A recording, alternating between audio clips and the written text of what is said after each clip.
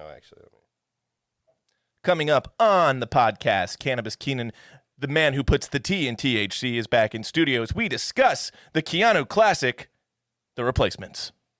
If you want a movie review, look no further than these dudes. You got Real Buzz Rob on the mic, you got Cannabis Keenan, he's alright. Caitlin is giving all she can give, and Calvin doesn't even know where he is. This is Real Buzz Takes with the Real Buzz crew. Welcome to another edition of Real Buzz Takes. We are the Real Buzz 2. I'm Real Buzz Rob. Be a drunk fuck. And to my left, we have Keenan, a.k.a. Keenan the Cannibal, a.k.a. Cannabis Keenan, a.k.a. Keenan the Barbarian, Keenan Robertson. That's it, man. Game over, man. It's game over. hello, Romania. Yeah, our Romania traffic ticked down for a minute to tick back up. Well, that's because I'm shouting them out all the time. You know, tell your friends. Romania. Yes, we're very popular in Romania. They account for now 3% of our total listens. That's what I'm talking about, baby. Which is 2% more and mostly 3% more than any other country outside the United States. Yeah, well, so step your game up, Canada. Mexico, what's up? God damn it. We should be popular all over the world. Yeah. Where's all of our fans in Switzerland, you know? Fucking A. That's what I want to hear. All right, so anyway, the movie we're going to be reviewing today is The Replacements, as I already said. And I feel like that we decided on this movie because of the NFL playoffs underway fully. The Chiefs started their title defense. Yeah, amen. Sneaked by. As we have been every week for the last, 8 I guess weeks. snuck by, not sneaked by, but snuck by. I wasn't Whatever. going to say anything. I'm not the grammar police. We took care of it in the end. Anything is possible. We should be drinking Hennessy today if we were really planning. Where was this fucking great idea when we talked about this? That would have been a great idea. It just came to me as I was talking. God right there, damn it. You know? You know what? We're stopping the recording. We're going down the street. We're Going to buying some Hy-Vee. Hennessy. Let's go. No. I've got a gas station down the road that sells it. Oh, really? Oh, yeah. Nice gas station. Yeah, they got the good shit. They got the good shit. They got that good hooch, baby. I want to say, did you guys all really think we were going to be done with the with Keanu after the Keanu-sons? This is, I think, Get the fuck out of here. Is it his 4th or 5th appearance as a main character? Definitely at least 4. I think it's No, 5 because we did Breakpoint too. Yeah. Point Break. Or Point Break. Yeah. Breakpoint. But that was part of the Keanu-sons, wasn't it? It was. Okay, So, I don't know. Maybe it's 4.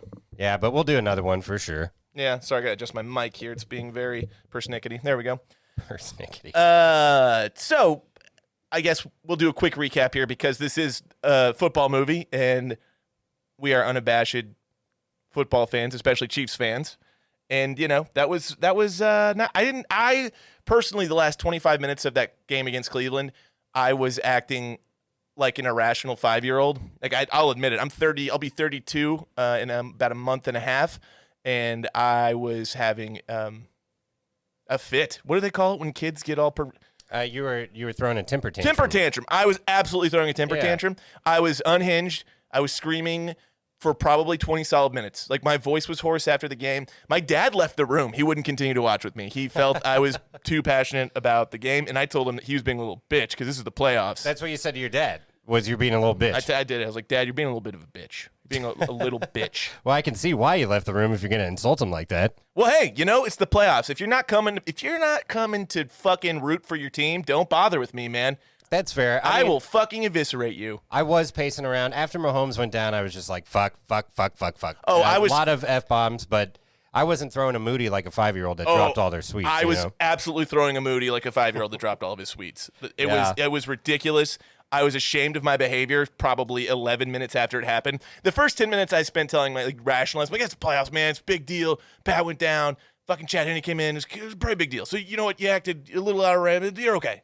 And then like 10 minutes later, I was sitting down next to my dad. And the next game was on. I'm like, I kind of fucking melted down there, didn't I? He's like, yeah, you did.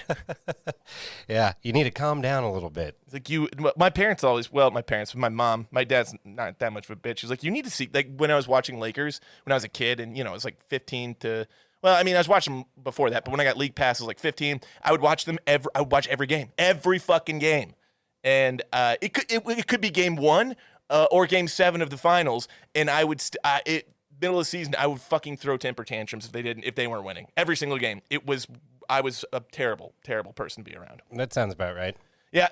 Yeah, I would have thrown a big temper tantrum for sure had the Chiefs ended up losing, but thank God we pulled it out. And, on to next week. Yeah, well, Pat's in concussion. Pat Mahomes, the greatest quarterback when it's all said and done, maybe ever play. Uncle Patrick. Uncle Pat is in concussion protocol. And you know what, man? They're already sowing this kind of narrative that he was somehow choked out as he was being tackled, like 4.5 seconds that made him, pass out. I think if you're an adult with eyes, you can watch the game and see that was not what happened, and he was absolutely concussed. But Roger Goodell. He did get kind of stone cold stun there, though, while he was on the ground. They were grabbing at his neck and kept twisting it around. Yeah. I thought it was more dirty than they let on. It definitely was. It definitely was a dirty play. It was a dirty play. He did wrap his arm around his neck, so I understand why they're saying that. But when it's all said and done, Roger Goodell is never, ever going to allow Chad Henne to start an AFC Championship game. Yeah. It won't happen. Patrick could be partially decapitated, but if he was conscious, Roger would say, roll him out there, man. But can he play? Yeah. We'll see what happens. Remember that from Not Another Teen movie? Oh, yes. The guy was, can he play? But can he play? Yeah. So that was your Real Buzz Sports Take. Yep. for the week. That was. Do. I know this is technically not a sports podcast, so we'll move on. Should mention that I didn't know this before today. I've watched this movie conservatively 100 times in my lifetime, and I didn't know this before this viewing when I was doing research, that this movie is in fact based on a true story. Yeah, that's crazy. That's absolutely crazy. Didn't know that. Oh, yeah, 1987, player lockout. The Washington, then R-Words, they had a completely replacement player team, and they won the last 3 games of the season to make the playoffs. Yeah, good for them. So I always thought this was bullshit and made up. Like, why didn't they just go full biopic with it and just do the actual players? I guess because they couldn't be as funny. They couldn't take. Yeah, they needed to make some jokes in there, Yeah, and who knows? Who knows if those guys on the team were characters that are interesting. Maybe it was pitched as a full-on biopic, and then they were like, you know what? This is boring as shit. And this is what Hollywood turned it into. And you know what, Hollywood? This time you did great. Yeah, this movie's fucking awesome. This story that's like, Rudy, fuck that. Let's get Orlando Jones in there and make him not catch. We'll put some stickum on his hands, and we'll talk about jacking off an elephant. It's great. And I'm all about it. And I will be the first to admit that the coaching, the play calling, the players, the way it's all hogwash. It's complete nonsense. It's not true to how actual football is played. From a strategic perspective, from a physical perspective, from a million different ways. But God damn it, this movie has heart, and I love it. But I'll give them this. I think that when they're actually running the plays, this movie does do a good job of like showing the action of a football game. I feel like that's hard to do. Some movies do it well. Some movies kind of suck at it. I think this movie did a good job of like showing how a play was going down. Friday Night Lights is the all-time showing football plays. The football footage there is incredible. That's great. And I just watched Any Given Sunday, and that's pretty good too. Oh, dude, I forgot. Any Given Sunday, also incredible. Has kind of the same joke as this movie with them puking in the huddle. But, whatever. Well, technically, I think, which one came out? It had this. I think Any Given pretty Sunday close. was the 90s, and this was 2000. Yeah, I think Any Maybe Given it was Sunday. 99 or something. Willie Beeman. He keeps the ladies straight creaming. That's Willie Beeman. I keep the ladies straight creaming. That's And all my fans. such a gross line. Screaming. That's such a gross line. Okay, release date. I didn't realize this until now. 9/11/2000, exactly 1 year before the World Trade Center. Oh, well, there you go. I was like 9/11. I'm okay. I don't know how I didn't realize that when I first wrote it down. Director is Howard Deutsch. I think that's how you say his name. How's it spelled? Deutsch. I'd say Deutsch. Deutsch. Yeah. Das ist ein deutsches Mark, ja? Yeah. Mm-hmm. Von Hammersmark. Mein Name ist Deutsch, ja. Before this, Howie's, we call him in the business. Howie? Howie. Mm-hmm. Howie Deutsch? We're familiar. Howie German, that's what I call him. Yeah. Howie German. It's like those mafia Howie names. the German. Yeah, we got Eddie No Nose and Freddie 2 times. You got that name because he says everything 2 times. I'm gonna go get the papers. Yep. You know that movie? Jimmy 2 times. Yeah, Goodfellas. Okay, well, I don't know. I wasn't sure. Adam at Conrad's used to call me that because apparently I used to say shit 2 times. I didn't realize it, but he was like, "You just 2-timing it, huh?" I'm gonna go get the papers. Before this, he's known for Some Kind of Wonderful, which was that John Hughes written movie. Those kind of Pretty in Pink era day movie. It has. I feel like I saw it on Cinemax or some shit one time just randomly, and I actually 80s sat there movie. and watched it, Yeah. and I was like, "Oh, it's pretty all right." I watched it and I actually thoroughly enjoyed it as well. Yeah, it's What's that guy's name who was the original Marty McFly before Michael J came in? yeah. See, I can't remember. Eric Stoltz. Eric Yep, Stoltz. and he's totally the guy. Yeah. Yep. and also that lady who was famous in the 80s and then just kind of disappeared into obscurity. Oh, that one? Yeah. No. Oh, that lady? Oh, yeah, that one. I know that one that you're talking about. The one who's not Leah Thompson or Leah, what's her name? Yeah, Leah Thompson from, what's it called? Or Molly Ringwald. It's not Molly Ringwald. It's not Molly Ringwald. All right, hold on. Let's look this up because this is going to bother me.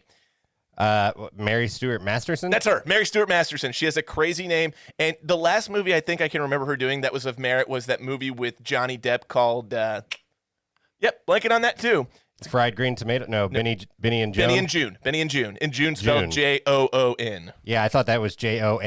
June. It's June, yeah. which is a stupid fucking way to like June. I get. That's a fucking stupid name. She's continued to do some random stuff here and there, but Not ton. She was big in the 80s. Yeah. Also, before this, known for Grumpier Old Men, The Odd Couple 2, and directed lots of TV, all over the place with TV. The guy's a critically acclaimed TV director.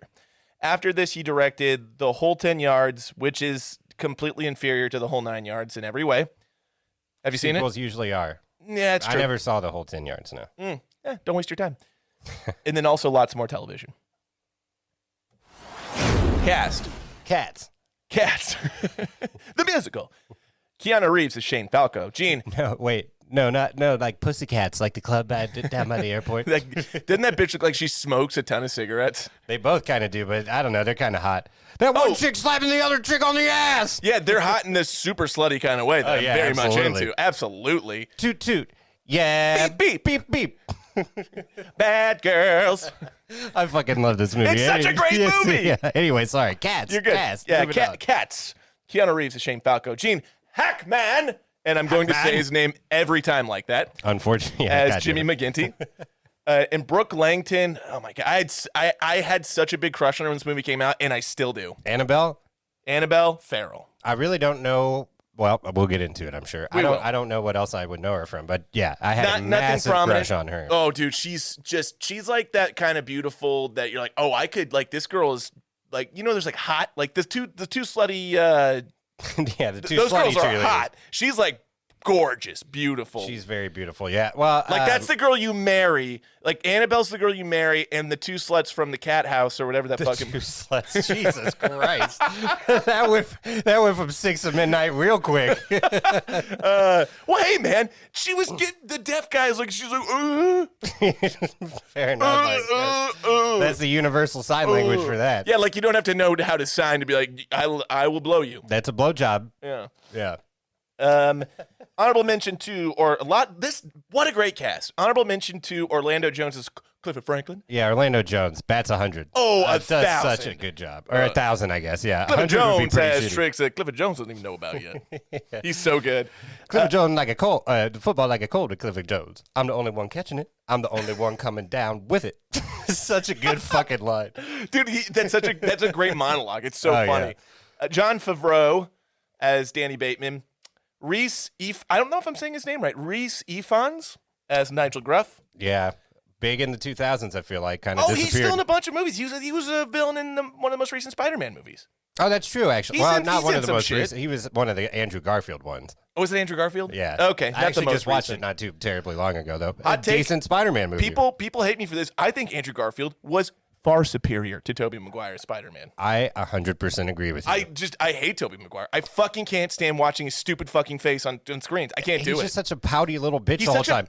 And he's supposed to be in high school, but he's like a 45-year-old man. Like, I just can't buy it. So I went back and watched those all the Spider-Man movies, including Into the Spider-Verse, which might be the best one of all. It might be. I think it might be. It's so good. Which it's a cartoon, so you can do more with it, I guess. It's not a cartoon, cheaper. Keenan. It's computer generated imaging. Well, yeah, whatever. It's CG movie, whatever. But point is, Tobey Maguire sucks. We should do the Tobey Maguire Spider-Man movies. Dude, you remember that fit I was just telling you about that I threw during the game? You would see me go through that. On this podcast. I should do Spider-Man 3. I would freak the fuck out. That's Spider-Man the worst 3 one. Is so bad, dude. When he goes through emo phase because he gets a little bit of venom blood. Yeah, no, I can't do that. Sandman. Yeah. It's so terrible. It looks like he's fucking has Dashboard Confessional playing in his AirPods. Scene that they recreate from the second one, but he's goth this time or whatever. I mean this the most PC way possible. That was so gay in the worst way. Yeah, it was super lame. Very lame. Okay. And then final honorable mention to Faizon Love is Jamal. That guy's in a lot of shit. Like I always remember him in Elf. That's what I remember most of my mind. This movie and Elf. Yeah, but besides, I mean, this movie, even when I saw him in Elf, I was like, oh, that's the guy from The Replacement. For sure. Yeah. There's so many people from this movie. Even Jon Favreau, for the longest time, was just that guy from The Replacement for me. Right, exactly. Like, you know, looking back on what Jon Favreau's career arc has how the trajectory has gone in this movie, what a weird choice. Shit, actually, now that I'm thinking about it, probably Keanu Reeves, Gene Hackman, all of them. Hackman a little bit, Superman, because I watched that a bunch as a kid, but I didn't recognize it as the same dude because he's got that hair and oh yeah, and, you know, whatever. That's a wild role for Hackman. But yeah, so yeah, pretty much everybody I just knew from this movie. Keanu Reeves. So we've covered him extensively on this podcast, but I still managed to find, I might be repeating some. I don't remember exactly what I said about him, but I got 5 really fun facts. We are Keanu fans. We are huge Keanu fans. Yeah. Huge.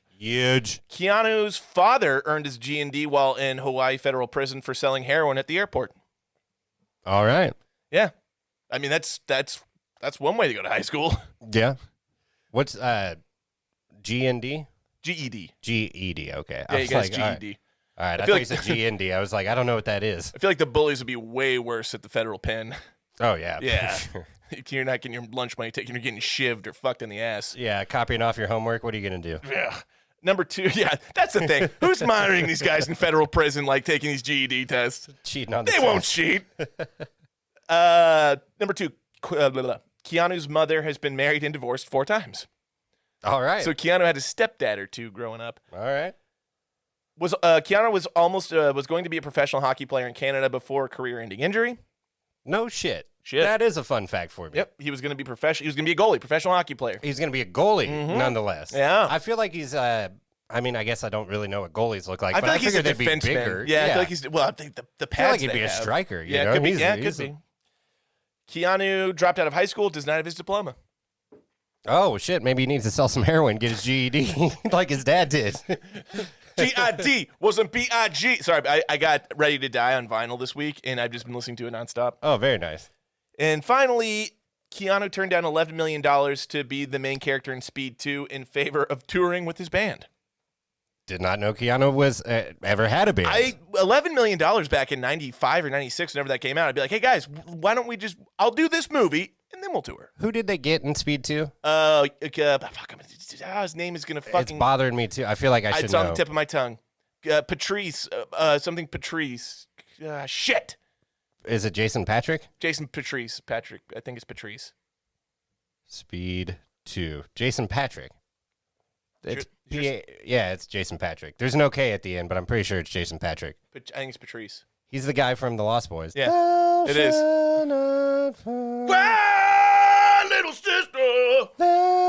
Anyway, Yeah. moving on. That song is so goddamn catchy. It's such a good song. It's such a good song. Oh, Speed 2 Cruise Control, just for a fun fact, on IMDb, 3.9 out of 10. Prime for this podcast. It's a little overrated. Yeah. Speed, on the other hand, Great movie. 7.2. Yeah. And that adds up. Somebody tells me that wasn't because of Jason Patrice or Pat, whatever his fucking name is. It wasn't because of that guy at the movie field. I think it was poor writing. It was probably partly because of Jason Patrice, too. Yeah. Okay, Gene Hackman. Hackman. Before this, known for, obviously, The French Connection, probably his most famous movie ever. Young Frankenstein, did not remember him in that, but he plays Blind Man. Really? I do not remember him. Don't remember him. Yeah. All right. Superman 2, worst comic book movie of all time. It's pretty bad. Yeah, whatever. Hoosiers, Unforgiven, low-key the best Western ever. It's a good movie. He does really good in that, too. Yeah, but Bill, what's his name? Fuck. Oh, I can't I can't think. He had a cool name, though. He had Yeah. a cool name. Anybody doesn't want to be killed, better head out the back. And then Clint Eastwood fought. Oh, dude, Clint Eastwood fucks in that movie. He's so good. Anybody doesn't want to get killed. Crimson Tide, The Birdcage, underrated movie as well. Yeah, so shout out to Sam for showing me The Birdcage. Robin after we got Williams, together. fantastic. Great Very funny movie. It is a very funny movie. Plays a senator. Get Shorty and Enemy of the State. After this, known for The Mexican, which is a weird movie with Brad Pitt and Julia Roberts. Yeah, it's It's a gun, right? The Mexican is a gun. Am I wrong about that? I can't remember that, but it's a continuation of that that franchise with Antonio Banderas, I'm pretty sure. Johnny Depp's in it. And Johnny Depp's in it. Gets his eyes cut off hold or on. whatever. This is a continuation of El Mariachi? I think so. No shit. Don't quote me on that. Now I but do. think If that's so. true, I want to watch it. Don't quote me on it, but I think it's true. It seemed like a shitty rom-com. Could be thinking of a different movie. It seemed though. like a shitty rom-com with Brad Pitt and Julia Roberts. Actually, yeah, that's a different movie that I'm thinking of. Okay. Fuck, what's the one I'm thinking Once of? Upon a Time in Mexico? That's the one I'm thinking That of. movie is good. Yes, okay. That's where Johnny Depp loses his eyes. Yeah, and somehow just wears these sunglasses and like, it's cool. I'm just bleeding out of my eye holes. Yeah. The Mexican, though, actually, I did watch it one day with Brad Pitt and Julia Roberts, and it's decent. It's a rom-com, but It's you know, not bad. whatever. Also known for the Royal Tenenbaums, and his last film before retiring was Heartbreakers. I love Jennifer Love Hewitt in that movie. Have you seen it? I never saw it, but shout out to the Royal Tenenbaums. That's a great movie. It is good, but we need to spend more time giving a shout out to Heartbreakers because Jennifer Love Hewitt was fucking gorgeous and great in that movie, and I Okay. love her, and she can call me. Welcome to Mooseport, his final film, that one with Ray Romano. God, I remember when it came out. I don't think I ever saw it, though. It looked like shit. Yeah, Like, it looked even absolutely the trailers terrible. were like, not for me. I got to be honest with you. I mean, I'm not a huge Ray Romano fan, you know? I never really watched Everybody Loves Raymond. The episodes I saw, I thought were funny, but like I never watched it enough to really, you know. That's my best Ray Romano. I can't say words. I put my socks in the drawer. Robert. I feel like I'm being Fozzie from the Muppets, you know? A little bit. There's a little bit of Fozzie to him Yeah. for sure. Like what Kermit little bit is. of Kermit, too, What Kermit is yeah. to Patrick Mahomes, Fozzie is to Ray Romano, right? Yeah, in absolutely. their vocal patterns. Absolutely. Okay. Kermit the Frog. Kermit the Frog here. Brooke Langton. She, before this, is known for parts on Baywatch, Beverly Hills 90210, Party of Five, the movie Swingers. There's a connection there here you go. between John Favreau and Brooke Langton. There you go. And then after this, known for a movie called The Benchwarmers. I think that's a David Spade and Rob Schneider. Rob flick. Schneider. I did see that movie. Rob Schneider is the carrot. I think John Heater's in that movie. He is. Heater isn't the guy. Yeah. Thank God that guy fell off that. It was like that's the only thing he did after Napoleon Dynamite. And it was terrible. Oh, yeah. Well, No. He did that movie Blades of Glory. That was pretty funny. that's true. And I think I remember watching the Benchwarmers and being like, this is funnier than I thought it was. But Yeah, but your expectations at a fucking zero. Oh, it's very All low. has Yeah. one good joke. Like, oh, this is better than that was going to be. it made me laugh. yeah. Yeah. Yeah. It's like when you go into the airport and you're expecting single-ply toilet paper, but it's actually two-ply instead of one. You're like, oh, fuck, this isn't so bad. And it's really still terrible. What airport are you expecting to get? Oh, I see what you're saying. Right. If you get the two-ply. That's what I'm saying. I see what Your you're saying. expectations are so low that if two-ply comes out, you're like, fuck yeah, man. You know what did that for me when I started really noticing that? Like, I would have noticed eventually, but the movie Clerks. Yeah. When he's like, come on, let me get some of that good toilet paper. And then he goes and dies and jerks off in the bathroom or whatever. Yeah, I do. Well, jerks off and That's the dies in the ending, bathroom. yeah. Man. But anyway. After this, yeah, lots Benchwarmers, lots of TV. Yep. So, but she's great. I feel like this movie, she should have. I don't know how she didn't get more opportunities after this movie. She was great. She did a good job, yeah. I don't know. Maybe she's hard to work with. Maybe. Brooke Langton, if you're out there and listening, you are vastly underutilized. Your usage rate is way too low in Hollywood. The last 20 years, you should have been in way more movies. You're a great actor. You're smoking hot, and you've got the it. You've got the it to be great. We're turning this podcast into the Real Buzz Brooke Langton comeback podcast. Dude, I had so much stock bought in Brooke Langton after this movie. Like, she's gonna be huge.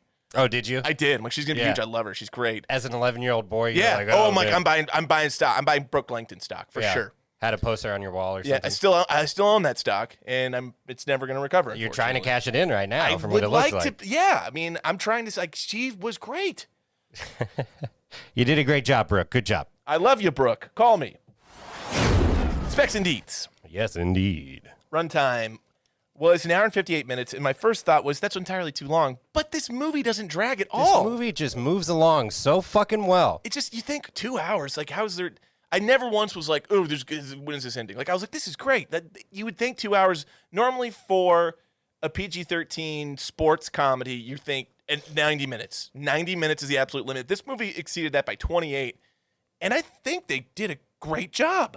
Yeah, and there are like 6 minutes of credits too, so it's True. really only like, I don't know, what was it, Well, but 152 minutes? I think But there's, either way, there's 5 minutes of credits in most 90-minute movies too. So I mean, well, sometimes what I've learned from watching or doing this podcast is like sometimes there's only like 30 seconds of credits. Like it goes real fast. Or like sometimes there's only a minute. That's like the older movies. Yeah. As it gets to the 2000s and shit like that, like they credit slowed times them start down. going up. Or, Yeah. or they just like, we got to fucking thank everybody. I think they used to not think like, well, they used to not be like digital effects type people and That's shit true. like that too, I guess. You're right. I think You know. crews probably expanded substantially in the last Yeah. 15 to 20 years. Producers, shit like that. Yep. Here's our thank you to our Australian team and our German team, True. our American team. Yep. Yeah. Different crews, different locations. Budget was $50 million. Was surprised at how high that budget was It because does seem pretty high. what are you paying for other than Keanu? The use of the NFL stadium. Oh, that's a good point. They I'm did. pretty sure they filmed at halftime. They filmed. I some don't know. Ravens I'm game. not sure. They did film in Baltimore Ravens Stadium. Yeah. That's true. And that's just, I didn't look up trivia this time. That's just shit that I knew about this movie because I have also seen this movie 100 Oh yeah. times. Well, and that was it's kind of cool. I forgot what I was going to say. Sorry. It's kind of cool that they filmed in Baltimore. Yeah, no, $50 million. yeah, like an Yeah. actual NFL stadium. You know, I Yeah. thought maybe they did like a soundstage, made it look like an NFL stadium. I don't know. Yeah, I think they just let people kind of hang out if they wanted to. You Uh, know? yeah, that- Like, one- you know what? One Maybe it was after the game. At one point, they think they invited veterans in to come watch the film. Oh, that's cool. Yeah, Yeah. stuff like that. Budget was $50 million. Opened at $11 million. Oof. Grossed $50,047,000. Well, at least it made some money No, it didn't. I mean, I don't think. after marketing and shit yeah, like that. I think it still lost money. Yeah, that's true. All right, plot keywords. There was a surprising dominant dominant theme within these plot keywords that I didn't see coming. Does it have to do with flashing? Male flashing? It does. That's because, yep. Well, get to the plot keywords, but Nigel, my God, he is a sexual predator. Yeah, absolutely in this movie. 100%. He's Multiple showed times his he's dick just showing in a his public dick. bar. He just shows Yeah, his dick to yeah. those girls, and it's weird because they're like, "Oh," like they like it. Nope, that's not A happening. guy who looks like Nigel, who's shown his dick to women in a public bar, is not getting that kind of response. I don't care how good Absolutely. looking his dick is. When he's standing in his locker just holding his dick, cheers, bitch. Well, he says Cheers, babe, babes. but you know that he Ole, pretty much ole. Cheers, babes. it shows that. Yeah. Anyway, so Yeah. I'm not surprised that the plot keywords have all to do with this. Male rear nudity, flashing penis, and I Yeah. have in parentheses, Nigel tends to do this quite a lot. Bare butt, male objectification, and mooning. Yeah. So I guess that all checks out, but no football, no none Not- of that, huh? It was there, but I look at the top 10 to 12 and not much. I mean, that's 5. Yeah. Yeah. That's- So you still just pick out the ones that Yeah, you, but you it's still like to- 5 of the top 12. Yeah, that's crazy, man. Well, not crazy because Nigel, I mean, it happens like 3 times. It's like, Jesus Christ. He just goes, woo! Yeah. The bar one's the worst because it's just, well, I mean, they're all pretty big. He flashes his teammates at one point. Yeah. Which, you know what? It's just weird how fun they make it seem, and it's just an innocent prank. You're like, in the locker room, yes, that's fine. I don't really give a shit. But in a public bar, these girls did not ask to see your dick. Yeah, not at all. Not at all. All right, now we are going on to taglines. The first one is the obvious: pain heals, chick dig scars, glory lasts forever, which is totally true. Which is on the back of your T-shirt, It which is on should the be the back of my front of your t-shirt. T-shirt. Well, I know, I think that Falco in number 16 is cooler. It is, and for the YouTube audience, you'll get to see your laptop's kind of blocking, but in the next shot, No, you'll in get to see in it. the In the next shot. yeah, in the wide. The wide shot, you can see that I'm repping the Shane Falco jersey. Yeah, it's a T-shirt jersey. Footsteps Falco, number Footsteps 16. Falco. Number 16 in your playbooks, but number 1 in your hearts. That was a terrible. Falco the Fabulous is what Madden refers to him as at the end of the movie. He does, yeah, that's all Madden at one point in the movie. Yeah, Pat Summerall, they actually do a good job. They do. Oh, yeah, absolutely. I mean, for having scripted words, they sold it pretty well. They were good. No, yeah, he's smoking on the field. I saw it. Smoking everything. John, I'm sure you were just imagining that. How long have we been working together, John? I don't know, 16 years? 16, 20 years. Have you ever seen that? Not on a football field. I don't know football field. Where's Frank Caliendo when you need him? Yeah, shout out to those two. They might be my drinking buddies. I don't know. We'll see Ah, what it's a happens. salt. Okay, I'll hang out okay. in the booth. I had so many great options, but we're getting ahead of ourselves. The second tagline, this one I absolutely fucking hate. Whoever allowed this to be put on any kind of a movie poster should be fired immediately because no. it's terrible. Throw the ball, catch the girl. Keep it simple. Yeah, real bad. I mean, horrendous, just terrible. How did that? Throw the ball, catch the girl, Keep it simple. Why not just, you know, you don't have to have more than one. Just have the one. You don't have to have like another shitty one. If anything, just throw on, like, they could have done I Will Survive. Fuck it. Make that a tagline. See, that's way better. Yeah. And that's how I know that song. I am a huge fan of that song to this day, especially the Cake version, but the original as well because of this movie. Oh, the Cake one's really fun. I am embarrassed to say that I thought this was a Urethra Franklin song for a long time. Did you say urethra? I did. Yeah. Or I know it's Aretha. I like saying Urethra Franklin. Yeah. I thought that was her. It's not. It is. I saw this. I don't know who it is. That's not the name of the movie. I still think it's Aretha. Oh, I don't know who it is. I thought you were going to tell me. No. The thing is, I did look at it and I made a mental note, but I didn't write it down. And is it like Patty LaBelle? No, I No. Will Survive. It's Gloria Gaynor. Yeah, Gaynor. It's Gaynor. Gloria Gaynor. Anyway, it's Gloria do a backflip off of the Top Dog Gaynor. is that what a gainer is? It is. It's a backflip? It's an inverted backflip. I thought you were supposed to like hold your leg or some shit. I don't know. I don't think so. Okay. I mean, I've never been athletic enough to attempt one, so I really can't tell you. Yeah, that was like, do a gainer. It's like, fuck you, I'm doing a cannonball. Do Or a a pencil gainer. dive. I can do those. Exactly. Or I'm just going to jump and like fall, you know. I don't Yeah. know. Honestly, it's going to be a belly flop. Yeah. All right. Now it's time for net worths. 2 Chainz. Because we forgot to do them before Specs and I was Needs. going to say, yeah. All right, here we go.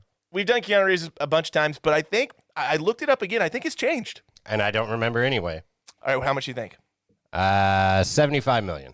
Okay. 360. Jesus God almighty. Are you serious? Yeah. $360 million? Yeah. Holy fuck, man. You gotta Well, John Wick, everything. I John mean, he's Wick. doing it all. I mean, The Matrix has some good residge, I bet. Yeah, he's doing Cyberpunk 2077. That's that, all. That that's game looks fun. Well, here's the Real Buzz video game minute for you. It's busted as shit. I'm playing on a base PS4, so it's expected not to run that good, but it's busted as shit. Sony pulled it from the PlayStation Store, so you can't even buy it anymore. Too buggy? Too buggy. It's buggy as shit. I'll And they're doing wait. refunds. Okay. Yeah, wait. Eventually, if you get a PS5, I will get a PS5. that's when you should play the They're game. just not available right now. I mean, unless you want to pay double the price for one on eBay, which I'm not going to do. Well, the good news is they're pushing back the delay of the release on PlayStation 5 for a while, too, to try to fix the console problems that they have now. That's the thing. I never buy a console immediately. Yeah. There's always shit wrong with it. Well, I mean the Cyberpunk version of PlayStation 5. PlayStation okay. 5 itself's doing okay, but except for you can't find it anywhere. No, But, yeah, it's impossible. I'll probably buy, I would say in the next 6 months, I'll have a PlayStation 5. If not the next 6 months, certainly Black Friday next year. Yeah, around for that sure. time, I'll get it. All right, Gene Hackman. Heck, man. 360 mil, though. Good for Keanu. Yeah, Keanu's he's killing it, man. I mean, fuck. 75 for Gene Hackman? Dude, good guess. 80 million. All righty. That's a good guess. All right, and then Brooke. He's old as balls, too, these I days, cannot believe he's still alive. Like when Yeah. I was going through his IMDb and all of the title, like everything he'd been in, it's 100 different credits, and they span back to the early 60s, dude. Yeah, and he hasn't acted in 10. No, 15 16 years? years. 16 2004. years? I think Yeah. 2004. 16 years. It's crazy. He's probably just hanging out, fucking pooping his pants. For sure shitting himself. Yeah. He's definitely at that age where he's just like, it's not even just because he's incontinent. He just is so old. He doesn't give a fuck. He's just like, I'm not getting up to go to the bathroom. I'm just going to shit right here. He's got I've got $80 million. You'll clean it up. exactly. He's got a nurse who pays $1 million a year to make sure that he wipes his ass well. Yeah. Yeah. He or she, I don't know. Maybe it's a male nurse. I don't know. All right. So we did Specs and Deeds, plot keywords, tagline. Please give us your synopsis, Cannabis Keenan. All right. After a player strike in the NFL, legendary head coach Jimmy McGinty, played by Gene Hackman, is hired to build a team of replacement players to finish out the season. Led by Shane Footsteps Falco, played by Keanu Reeves, at quarterback, can the Washington football team of rejects finish out the season strong? Find out in The Replacements. I absolutely love saying Hackman. Hackman! I guess we should, since we're making that reference so much, we should say that is a South Park reference. Yeah, but if you are a fan of the show at all, you should be expecting that South Park reference at any part of this episode. The episode, At any episode. The episode with Christopher Reeves and Hackman is writing genius, by the way. What do you think, Hackman? It's Superman becomes not paralyzed by eating baby fetuses, essentially. It's real fucked up. Dead baby, like dead feet. They're not alive. They're aborted. I think they're aborted fetuses. Aborted fetuses, yeah. It's terrible. It's really, really dark. I haven't seen it in a long time, but I definitely remember the Hackman. You can't stop me, Hackman. It's the best He's part. Superman. It's the best part of the whole episode. Right. Okay, now it is time for the Real Buzz Rundown. And do you want me to start, Keen, or do you want to start and I can sprinkle in? I mean, we go either way, baby. Okay, I'll start, and because I was thinking, man, I don't know if they're gonna have enough notes on this movie. I have an insane amount of notes on this movie. Yeah, I got quite a bit. I've got quite a bit. I do want to just say from the top, though, like I said you've seen it countless times. Oh, yeah. I've seen it countless times, too. I was telling you before the podcast that I didn't know if I'd have time to watch it, what time I'd be able to. And I was like, this might be one of those movies that I could just fucking do without watching it. Without rewatching. Because even when I was watching it, it's one of those movies, every line I was fucking saying before they said it. It's like, I just remember this movie beat for beat. But I fucking love that I do, and I love this movie. So it's a fantastic movie. Footsteps, Falco all day, baby. So even just to kind of piggyback off that point, it just right as it begins, the opening song, Lit. It's the song was not lit. I mean, that as the kids say, it was by a band called Lit. Right. And it's the 90s, 2000s fucking like. It just reeks of it so much. Hinderish, a little, not really. Not hinderish. It's more like Hoobastank. Hoobastank, or like a early 2000s kind of grungy rock. Yeah, what's the band I'm thinking of? Third Eye Blindish type Yeah, stuff. I'd say Hoobastank mixed with a little Third Eye Blind. Yeah, but that's the band Lit. Yes, it is. Which. Not like the kids say, though. Yeah, but it's not. I'm not using it as an adjective. That's the actual band name, and it just brought in a lot of nostalgia for that point in my life. Which, unfortunately, at that point in my life, I was listening to bands like Lit. Yeah, for as much though as when we started watching. Fuel is Fuel a band? Like I feel like Fuel's a band like yeah, I that. think Fuel's one. Yeah. And for like the start of Beverly Hills Cop with it, the heat is on, and it's like this reeks of that time period. That's the same thing with this intro song for this one. And I can't remember the fucking words of the song, but I should have wrote them down. But I did write, this song reeks of the time that this movie's from. Yeah, and it's a fantastic way to start the movie out. It's a great song choice. It brings me back right to that time period. But fuck, I must have been better off without me. Better off without me. Now that we're here, so far away. It's like one of those type of bands. Yeah. Well, and then the very last song in the movie is, I could be key. Yeah, we could be heroes. That or that really dramatic pop cover of we could be heroes. We could be heroes. One thing I had, that song just a little too on the nose. Yeah, it's like you're beating us over the head with the fact like, yeah, they're heroes. We get it. Yeah. Shout out to the music though. It was good. 99% of the music choice was perfect. It's great soundtrack. I feel like, I feel like if I grew up in Florida, I definitely would have failed out of college. Now I'd be scrubbing shit off the bottom of people's boats. 100% that would be me. You think so? Oh, yeah. I'd be living on a boat by myself, borderline homeless, and I would be scraping barnacles off the bottom of people's boats. See, I said I'd be fine with living as Flacco, just on a boat, or Falco, on a boat like that. Fuck it. How dare you disrespect Falco like that? I know, Flacco. Yeah, Joe Flacco. But anyway, I would be fine. I'd be cool.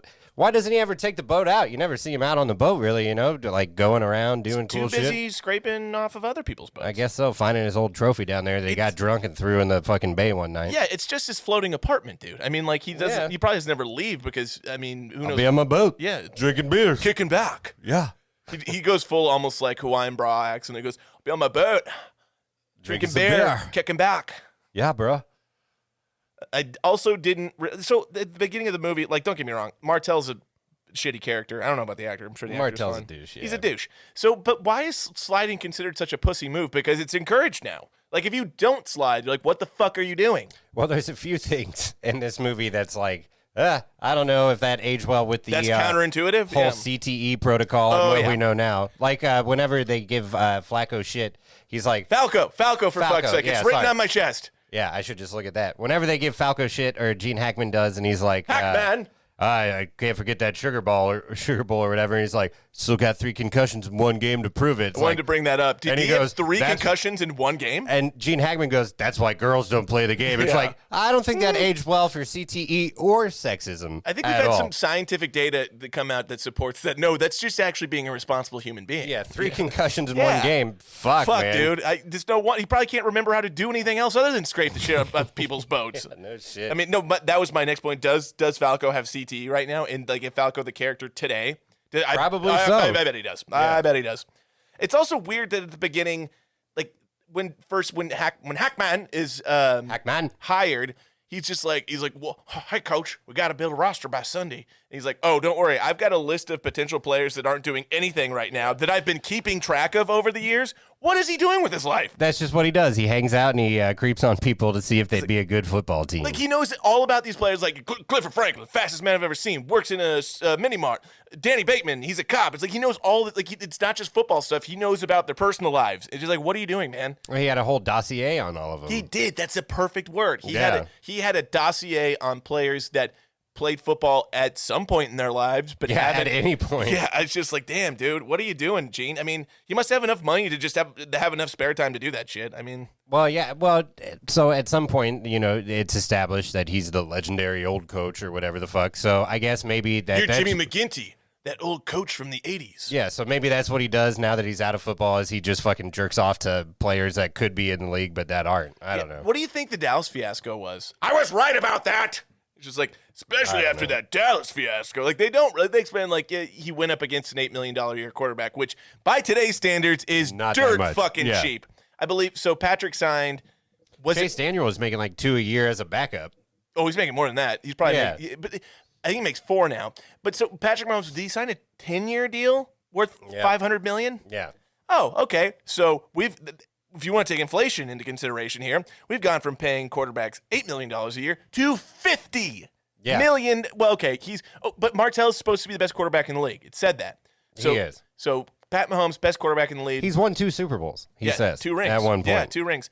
So Well, he says Super Bowl. That's what I thought was weird because they never really say NFL, but he goes, I got 2 Super Bowl rings. I wonder if Super Bowl's trademarked.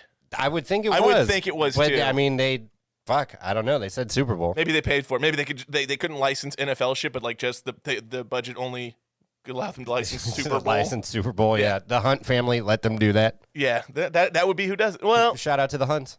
is the Lamar Hunt Trophy? It is. No, well, the Super Bowl trophy is the Lombardi Trophy, but Lamar Hunt came up with the Super Bowl and the term Super Bowl. How did I not know that? You did not know that? I didn't know that. Yeah, that's all Lamar Hunt's brainchild. I feel like a fucking idiot and a piece of shit fan right now. How did I not know that? You did not know that? I didn't know that. Yeah. That's yeah. fucking Lamar Hunt's the best. He is the best. He's the best. Yeah. And the reason Fucking he came up legend, with it, dude. his kids had a thing called the Super Ball, and that made him think, well, let's call it the Super Bowl. Somehow, that's like the story about it. Well, that's fucking cool. I'm gonna look more into this after the pod Look it because up. that's really fucking cool. I Google love it, Lamar bitches. Hunt. Romania knows what I'm talking about, but the rest of you, Google it. I'll have to get on the Google machine.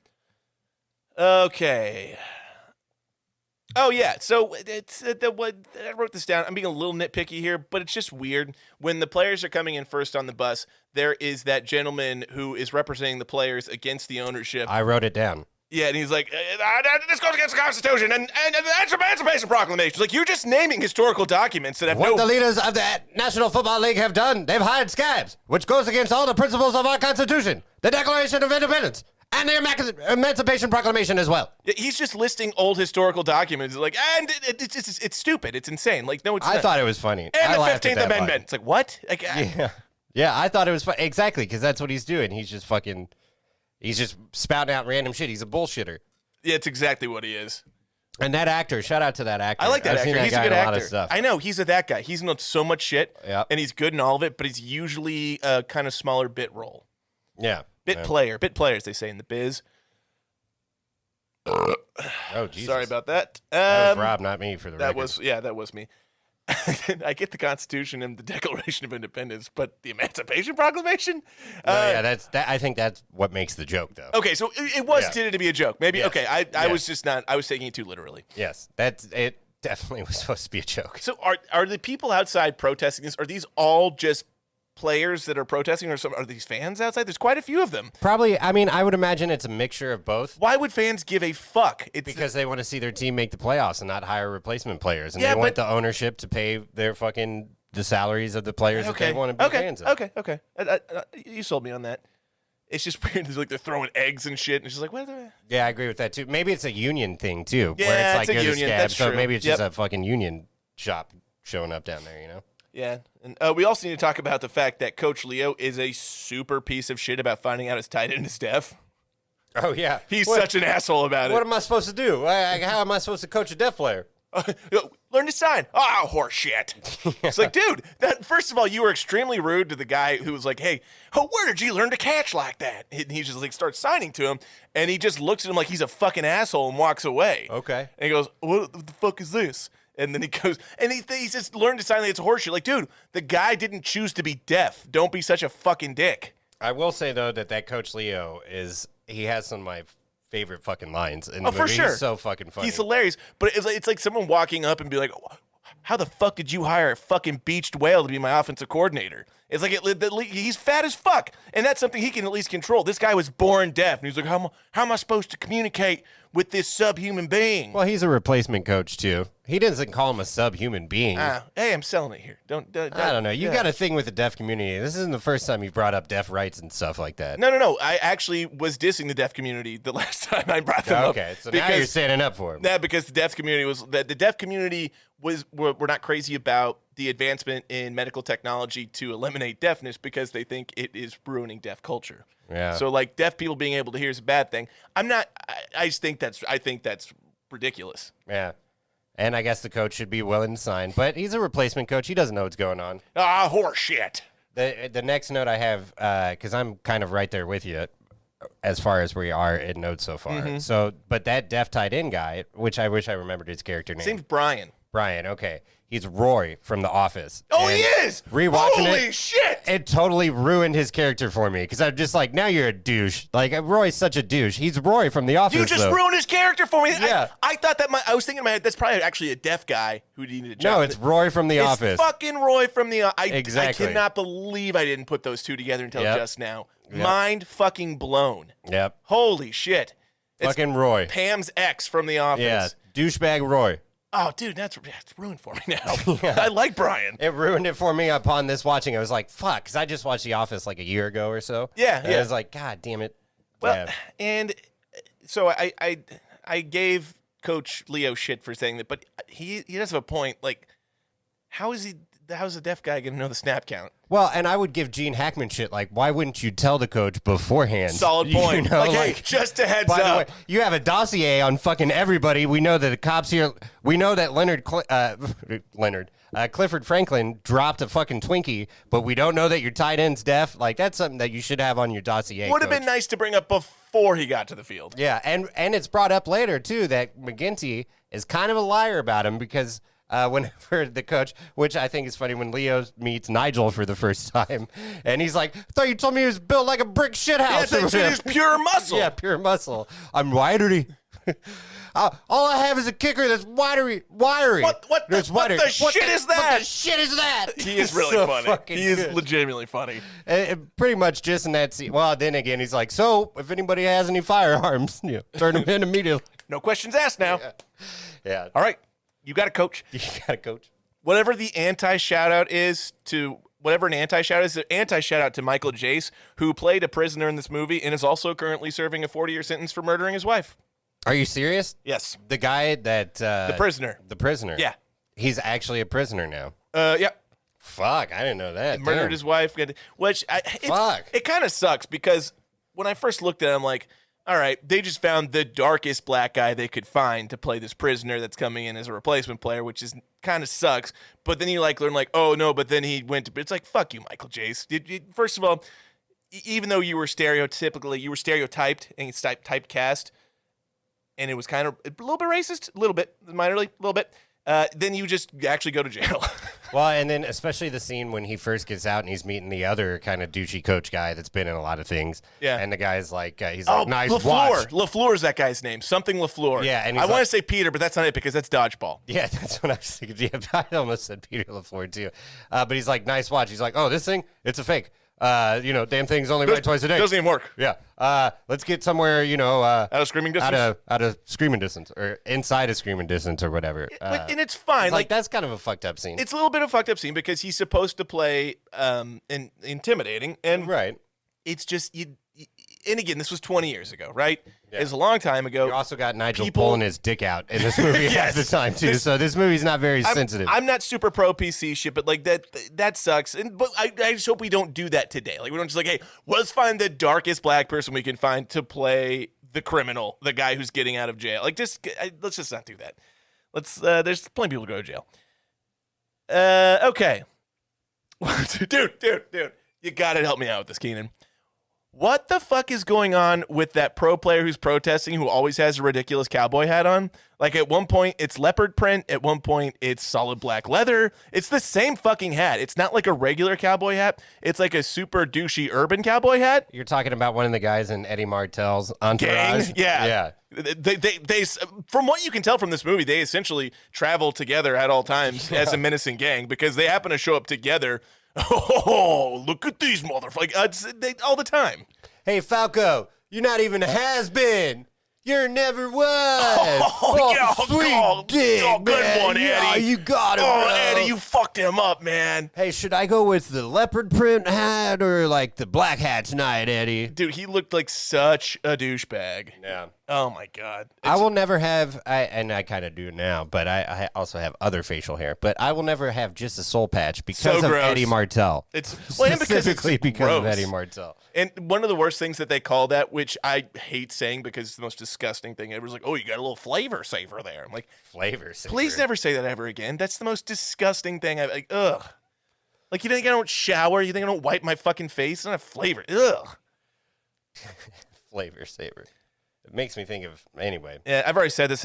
I just came to conclusion, like, Brooke Langton is so smoking hot in this movie, and she's awesome. So probably around the time that you were writing that is when I took the note that the cheer auditions are so fucking funny. They're great. I really they're think fantastic. they're so great. They're fantastic. And the one that I've used throughout my life several times is, if I gave you $1, you could keep most of the change because all I really want is a quarter back. It's funny that was yours because mine was the California oranges, Texas cactus. We think your team needs a little practice. Yeah. That girl is fucking hilarious. Oh, she's so great. And then even the rip them, slash them, burn them, choke them down. Yeah, like the that goth super girl or goth whatever. girl. Yeah. It's all very Come funny. on, boys, let's kick some ass.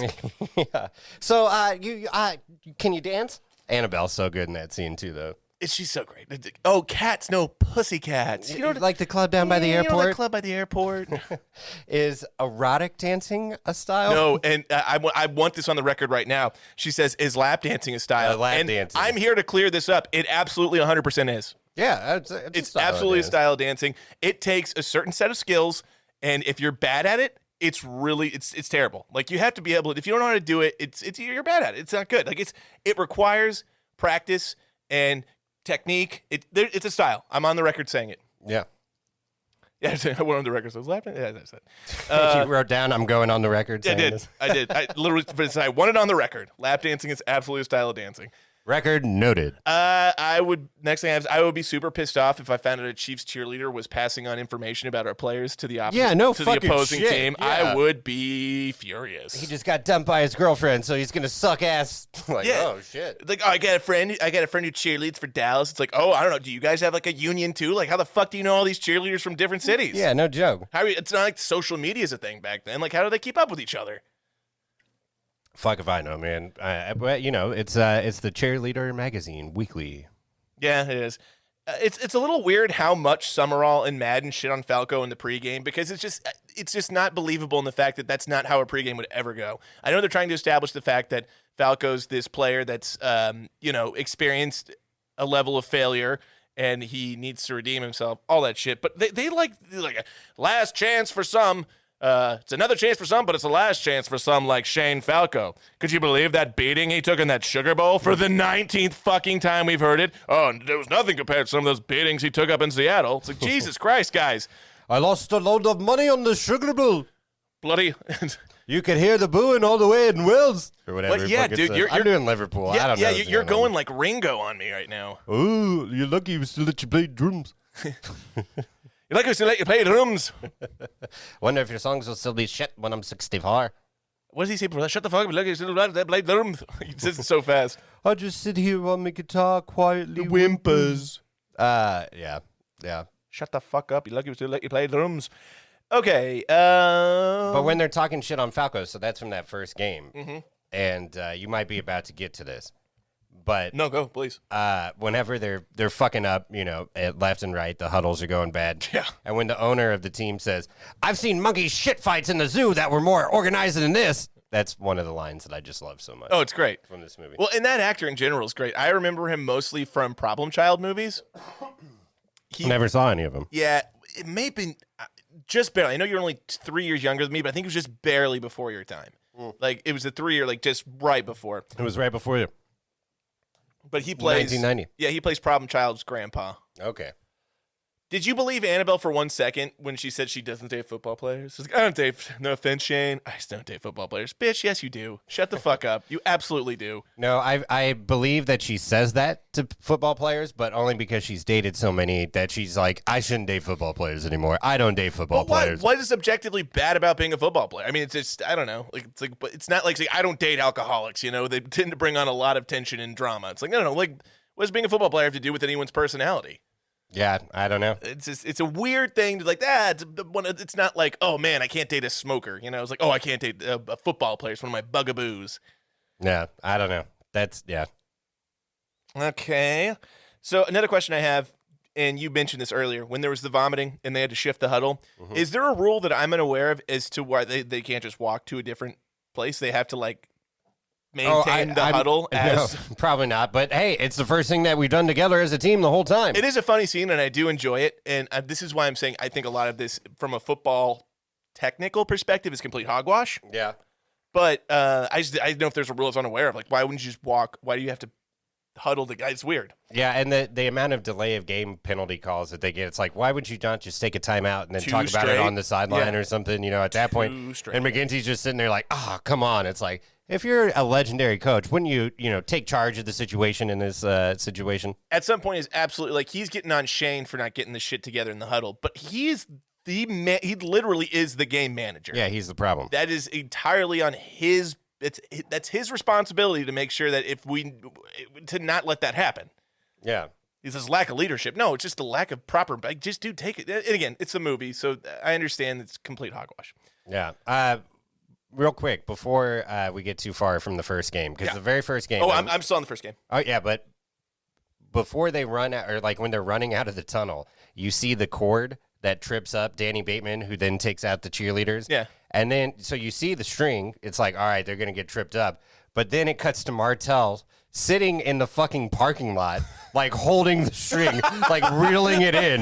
And it's like, how the fuck is he all the way in the parking lot? And his back is to the stadium. He's like watching it on a TV, like an evil mastermind. He just did it in just the right time. How the fuck is that cord going that far and it's that taut that it will trip Danny Bateman all the way from the tunnel to the fucking parking lot? He probably, if he's not a current employee of the team, he probably shouldn't have access to the facilities. Exactly. I guess it was pre 9/11, so maybe shit wasn't as locked down then. Yeah, thanks a lot, Bin Laden. Yeah, right? Like masturbating on an airplane. Thanks a lot, but I'm pretty sure that's illegal too, Alan. Yeah. Thanks a lot, Bin Laden. And then when you were talking about the puke and then moving away, whenever they puke and Clifford Franklin's like, we got to move or I'm going to puke too. I happened to be eating dinner while I was watching that scene.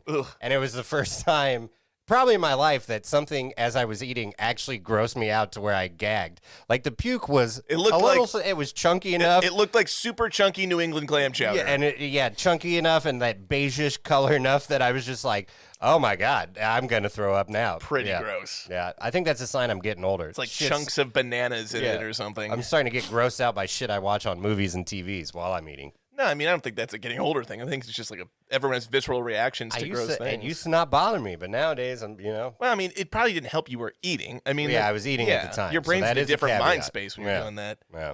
And puke bothers me, if I'm being honest. It's weird. It's weird that puke. Like, that's why I have so much respect for medical professionals and nurses, because bodily fluids, vomit, shit, piss, that shit grosses me out, and they're like, they can just deal with it. So God bless those people, man. Yeah. If I smell puke, I'm puking. 100%. Absolutely. I would be Clifford Franklin I would too. in the huddle, 1,000%. I am going to throw up too. I would vomit. I would go exorcist on everyone's ass in that huddle if I was right next to Clifford Franklin vomiting. Yeah.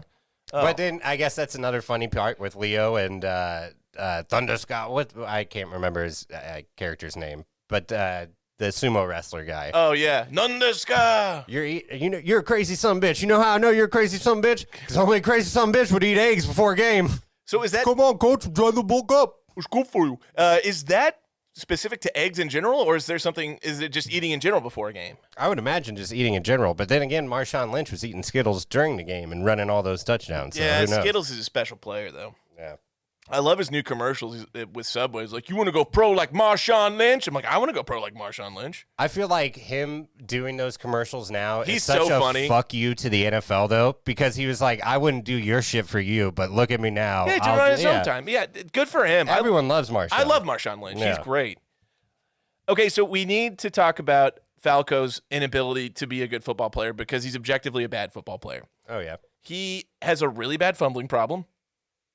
I think his first game fumbled 2 times, threw for no touchdowns, and somehow they barely lost the game. Mm-hmm. So just wanted to point that out. Falco would, when Eddie Martell crossed the picket line, based off Falco's numbers from this movie, people would be like, fuck yes, thank God. Yeah, They wouldn't be all absolutely. pissed off that the best quarterback in the league is coming back. They'd be like, oh, Falco's numbers have been pretty terrible, and he's made objectively terrible decisions with the football. To play devil's advocate, though, Please do. think about the 1997 season. It's not just the same, but for the Kansas City Chiefs, we got Elvis Gerbach that remember, we're yep. paying money for. He gets injured. Rich Gannon ends up leading that team to a 13-3 season. Yeah, Gannon was great that year. Yeah, and then the first round of the playoffs, fucking Started started Gerbach, And we we lost. lost I to the know. goddamn Denver Broncos. Yeah. And I'm pretty sure they were wearing oil slick in that game. Look it up. Fuck you, Denver Broncos, and your fans. If we have no fans in Denver, I want that on the kinda record, sucks, too. but Fuck I you, love Denver the city. Broncos and your fans. But And fuck the Broncos. we can extend that to the Vegas Raiders, too, I think. Yeah, and while we're at it, the Chargers. Anybody in the AFC West, it's not me. I'm not. You know what I'm saying? If I have to pick one team, I'm like, it's fine. It's the Chargers. Like Broncos, I want nothing to do with. Yeah, but when they were good with Phillip Rivers and LaDainian Tomlinson, fuck them. Yeah, that was. Yeah, I guess You I'm know? far enough removed from that now, where I Yeah. just kind of left my mind. But they were good in my lifetime, and it sucked. Yeah. Oh yeah. Oh yeah. Well, I was looking down. There was a breakdown to who's won the AFC West the last 30 years, and I think the Chiefs have done it 11 times. There we go, baby. So that's good news. That's good news for Kansas City fans. We need to talk about the cheerleaders' outfits because they're horrendous. I thought they were fine. They're wearing collars, dude. I mean, that are exposing their boobies. No, the tits look great. Don't get me wrong. Yeah. I'm fine with that. It's just that there's like this weird dotted lining in it, and there's a weird collars. I didn't have a problem with it. I I'm don't not know. going to go out and buy one for myself anytime soon, but, you know. Like, I think they would have looked 27% better just without the collar. Just don't wear the weird collar. It's weird. Just have it be all red. No. Just don't. You know what I'm talking about? They had like these collars on. Oh, the choker thing. Yes, the choker thing. The collars. Okay. Yeah, they look like they were fucking pets or something, man. They need to have like their name tags on. Oh, but their- those were big in and their those days, rabies man. shots. Those Oh. were big in those days. Or- And those and- you were- okay. Yeah, those were big. So maybe I'm just Not for cheerleaders necessarily, but I think it was like a. You used the word slut earlier, so I'll say I think it was kind of like a slutty thing, and they're kind of trying to. Yeah, that's true, you know and what I I'm think saying? it still is. Yeah, exactly. Yeah. And that's that. My next note is like the sluttier slut with the long straight hair. The sluttier slut. That's- Jesus she's- Christ. Wait, where are you going, number 42? She definitely sucks a lot of dicks and smokes a lot of cigs. Jesus That should be a Christ. T-shirt. Jesus Christ. It's all fun and games. It's all fun and games. All right, keep going. Keep going. I kind of mentioned this earlier, but I do have a question as to whether or not the protesting pro players always just travel around with each other as kind of like the Jets and the Sharks. Yeah. Like they're always just walking into a bar and being like, oh, Well, look who it is. When you red jet from your first cigarette. Anyway, to your last D&D.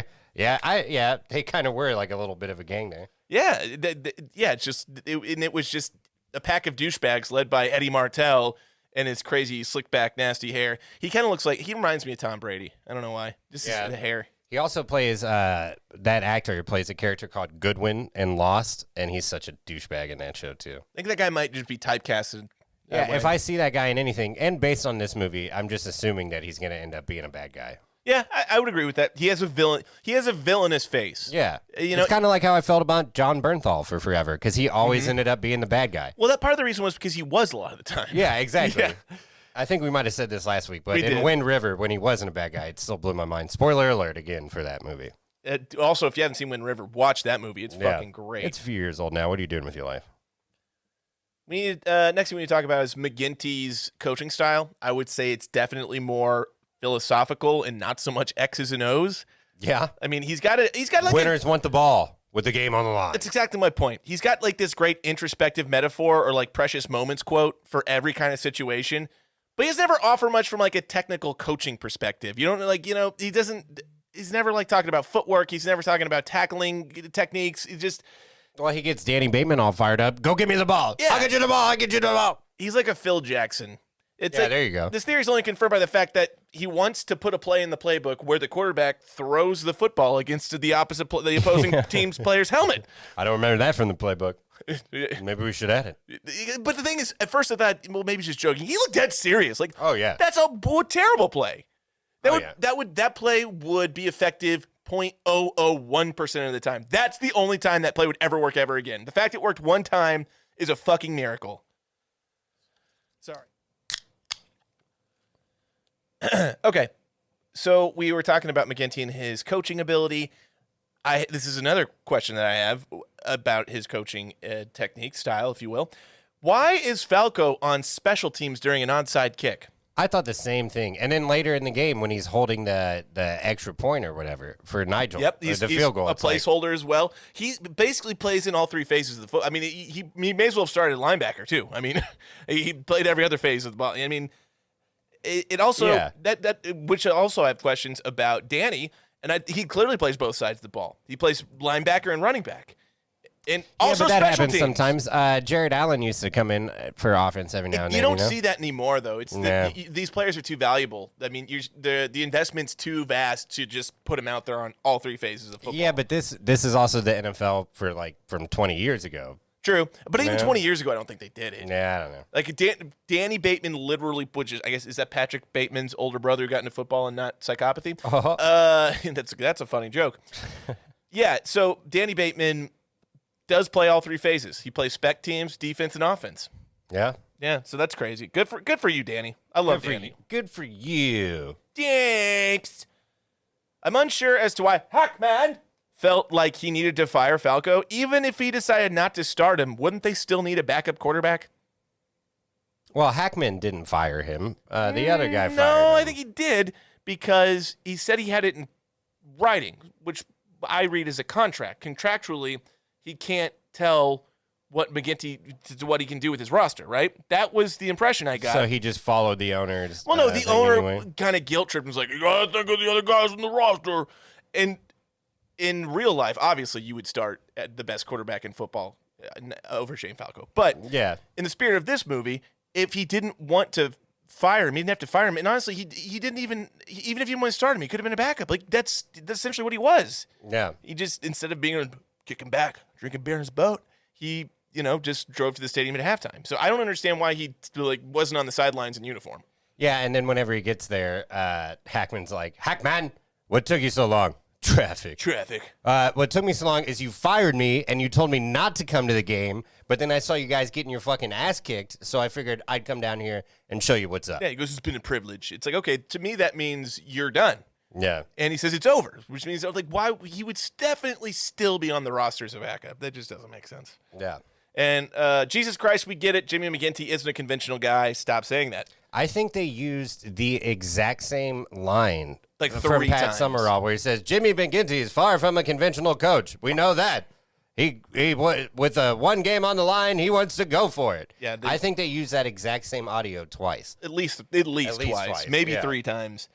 And yeah, they definitely drill that in your head. There's definitely no way any fan base would be super excited about a replacement quarterback starting after the half when you're Super Bowl winning best quarterback, and like there's a fan base who goes, "Yeah, Falco." If you're a Super Bowl winning one, maybe if you throw that in there. But I will say, I remember the Trent Green versus Damon Huard days in Kansas City. You know, I was on the Trent train. I was too, but people were super excited about Damon Huard. That's the dumbest shit ever. I'm just saying. I remember it happened with the Chiefs. Damon Huard was fine. Trent Green was better. It's like the Brody Croyle, Tyler Thigpen days. For as good as the Chiefs are now, and for all of you that are out there and like, fuck these Chiefs fans, I've lived through some dark fucking days. I've been a Chiefs fan my entire goddamn life, and I've lived through some dark days. Just because we won 1 Super Bowl, and we've got, Pat's been on a tear the last 2-3 years now. It's just like, yeah, man, you don't understand what we went through. It's like, the Browns, the Bills. The Bills are the fucking NFL darling, and it pisses me off.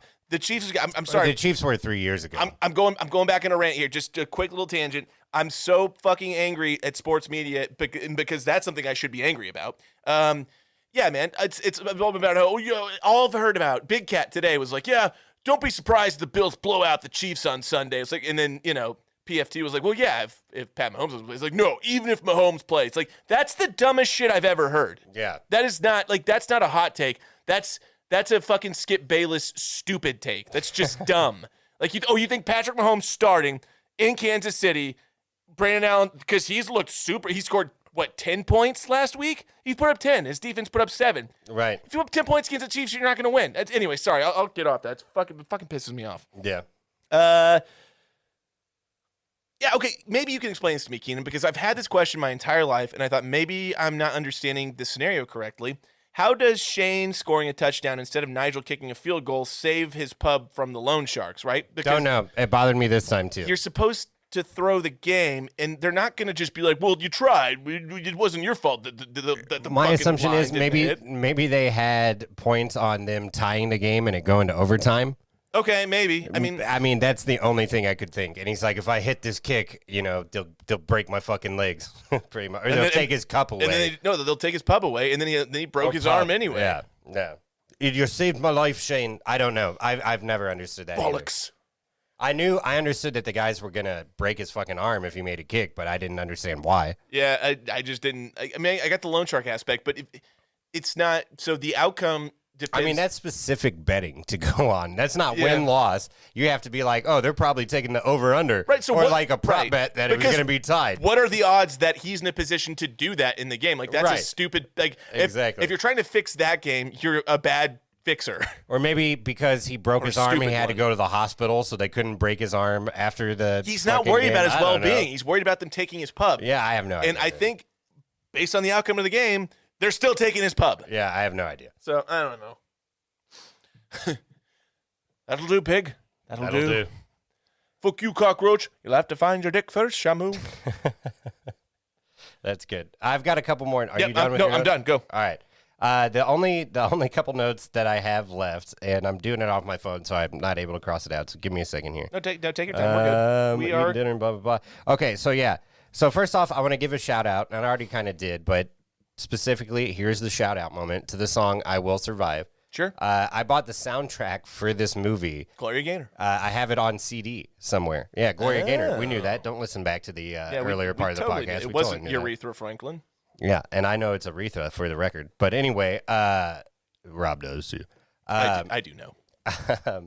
So shout out to that song. That's good. And but in the scene when Orlando or Clifford Franklin puts it on, or he starts singing it in the jail cell, and everyone's starting to sing. There's a cut, and it's kind of foreshadowing Nigel's sexual preferences and his tendencies. There's a cut when Nigel's just in the background, and he just grabs his dick and balls and is like scratching him so bad. He's just in the background, but he's just adjusting his fucking shit. Have you noticed that? Yeah. I've noticed that at a young age. I was like, what the fuck's up with that? And I noticed it again tonight when I was watching the movie, and I was like, They had to have seen that. I'm not the only person that's seen that, and it had to have been an editing choice to leave that in there. Well, no, so then you wonder if he was directed to do that or no, not. Well, no. Well, first off, here's what I really think. I think that Reese got really into the role and decided that his character Nigel had some strange proclivities to his dick and balls. So he was going to make sure that was kind of a really an element of his character that was highlighted throughout the film. I think that was a choice. Yeah. And I think the editors were like, yeah, we like this choice. This suits him perfectly. Yeah. We want to leave that in there. He shows his dick. I would wager that I think even all the flashing, I bet none of it was scripted. I bet he's just like, he's just doing it. Kind of going method. He's like, this is my character. This is what he would do.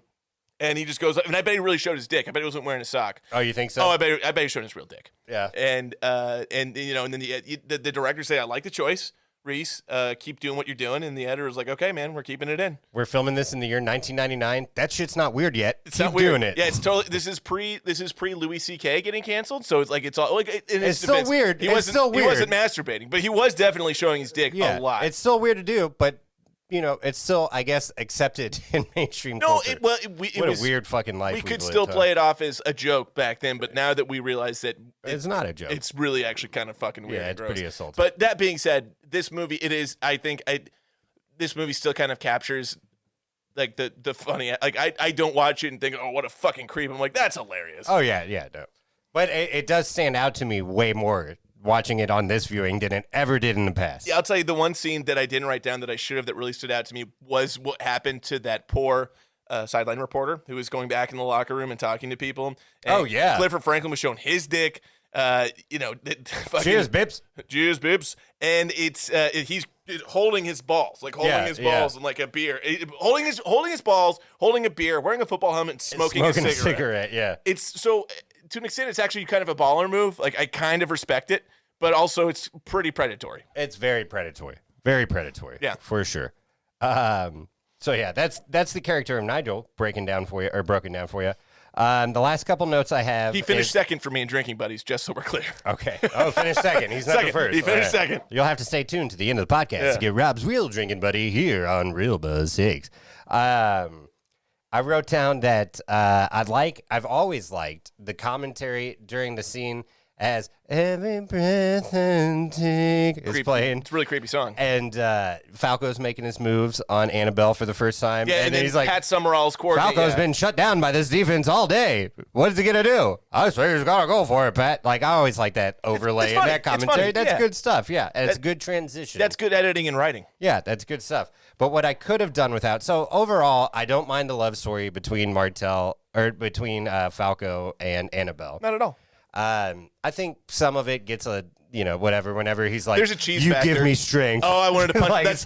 That's the one right. line where I'm like, oh, why wasn't this cut? This is so. It's off character. It doesn't make any sense. But then to Annabelle's character and her credit being the cool person she is, he's like, you give me strength, and she's like, you're late for work. Like, that's a cool line. That's him. a good line. Yeah. But he should have said something like, chicks dig scars. Yeah. Check out my scars. Glory lasts forever. You late for work, babe. You got grape tits. That's perfect. That's perfect. So let's replay this out. So yeah, he comes up and he goes. They're making out, and John Madden's going, I think he's necking with that cheerleader. And the one thing is, instead of saying you give me strength, he just goes, your tits look great. Like that's what he's got to say. Oh, you're late for work. Which for the record, they do absolutely look great throughout the entire film. They just, they're not the largest, which is fine. It's not always about size. It's about perkiness. Were they built for speed or built for comfort? These things were built for speed. About them? They were built for speed, but they were still great. Like that was still like a Class A speed built, like like Mercedes A class. Like they were built for speed, and they were awesome. They're very aerodynamic. Couldn't afford a car, so she named a daughter Alexis. It's a good Kanye line. That is. Wait, well, hold on. So now that we're talking about the relationship, I did have one thing that I didn't think about. How does Martell know about their relationship? Well, that's my last line. Okay, I could have done without Martell being like, you're not good enough for Falco. It's like, where did this come from? First of all, I don't know how you know about that. Yeah. Second of all, it's not even established that you two know each other. Mind your fucking business, Eddie. Yeah, that's dude. what I would say. It's almost like he had that sort of attitude, like he had once been with her and was like pissed off that Falco's now with her. Well, hold on. Maybe that's why she doesn't date football players. Yeah. Okay, there we go. We're coming full circle. Maybe We're coming full circle. Why, that makes sense. She says her dad used to be a big fan of the Washington Sentinels,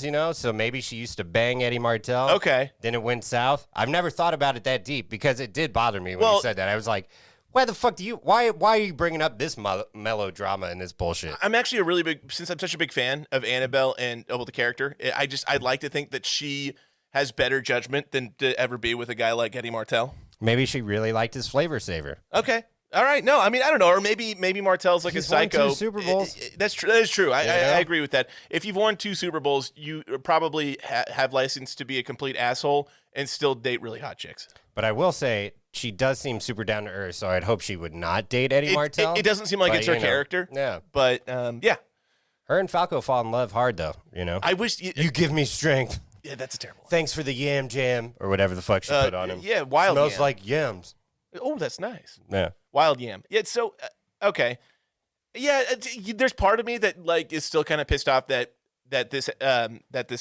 both actors didn't actually end up together in real life. Like, I feel like they had good chemistry. They had such good, like, Brooke Langton and Keanu Reeves should have been married after this movie and had like 5 kids. And I mean, and then Keanu still has his career trajectory because I love them together. Yeah, and we've done 4, 5, however many Keanu movies now, and I will say it seems like he's definitely got more chemistry with her than he did with Trinity in The Matrix. Oh, way more. Way more. Yeah, and for sure more than either of the chicks in Knock Knock. Well, I don't think they were supposed to have a lot of chemistry there. Yeah, but you know what I'm saying. That was more of a lust kind of situation. But, it's kind of like, how people are, mostly girls, are, like, super upset that, like, Ross and Rachel aren't together in real life. That's how I am with Annabelle and Shane Falco. I think that they're a match made in heaven. I think they deserve each other, and I think they should be a couple. I think they should be married. Yeah. I mean, I'd be okay with it. Come on, Keanu. Yeah, come on, Keanu. And come on, Brooke. You're single. You both are single right now. Well, I don't think Keanu is single. It's weird. I think he's actually dating someone that's older than him, which is, off character for a Hollywood superstar. That's fine. I'm good with it. Good for him, man. Yeah, good for him. It's love the one you're with, man. If that person makes you happy, who fucking cares what anyone else thinks? Yeah, I think there's a song that says something about that. Love the one you're with? Yeah, it does. There is. If you can't be with the one that you met sometime at love the the one you're bar, with. Well, actually, that's shitty advice. No, it's terrible. If you listen to the song, yeah, that's terrible. like, hey, man, just settle. Just fuck it, settle. It's like, oh, you didn't, you like her, but she's all right. Like, yeah, it's yeah. She doesn't like you, so fuck who you can. Fuck some fat chicks. Okay. Oh. Do you know what time it is? It's time for Tipsy Trivia.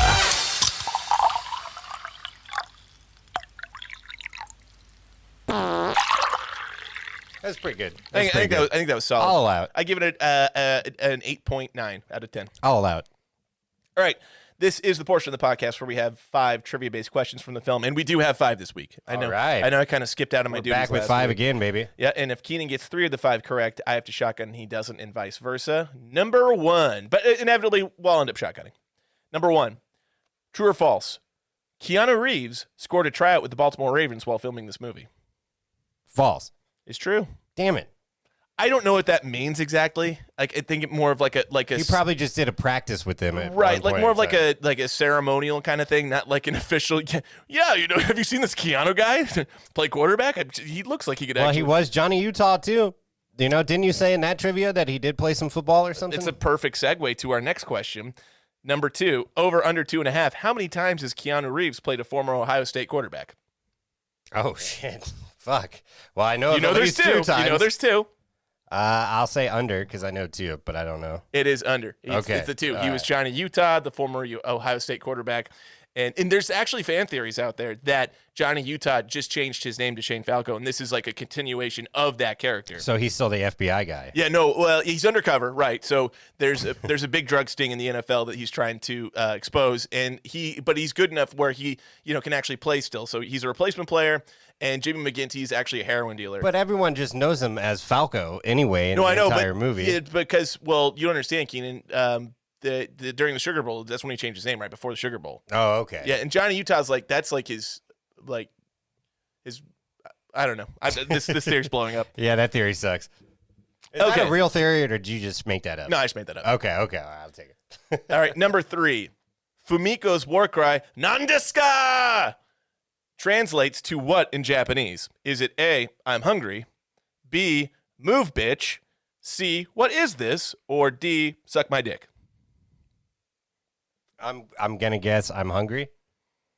The answer is C. What is this? What is this? Huh? It's just like they found a cool Japanese sounding word and just started shouting it. Like, what does that mean? Like, what is this? Like, Thunderscar! sounds like a great kind of war cry. Like after you've triumphed over That your was probably opponent. something that one of the riders was high, and he was like, Thunderscar! And they were like, that means what is this? He's like, what is this? And they were like, oh, let's put that in the movie. It's a great question. Very philosophical. What is this? Over, under, number 4.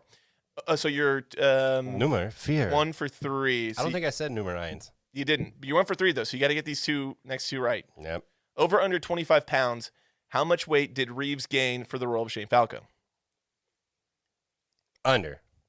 It was under 23 pounds. All right. 23 pounds. We're All going right. to make this 5th question interesting, boys and gals. And unfortunately, you might know this, actually. Oh, you made it difficult. It's a little difficult, but All you right. but you might know this. You actually might know this. Let me dig into the bank of my memory. Nigel hits a 65-yard field goal to win the game at the end of the movie. What is the longest NFL field goal in history? It's fairly recent. I say recent, less than 10 years ago. You got an over-under for me? No.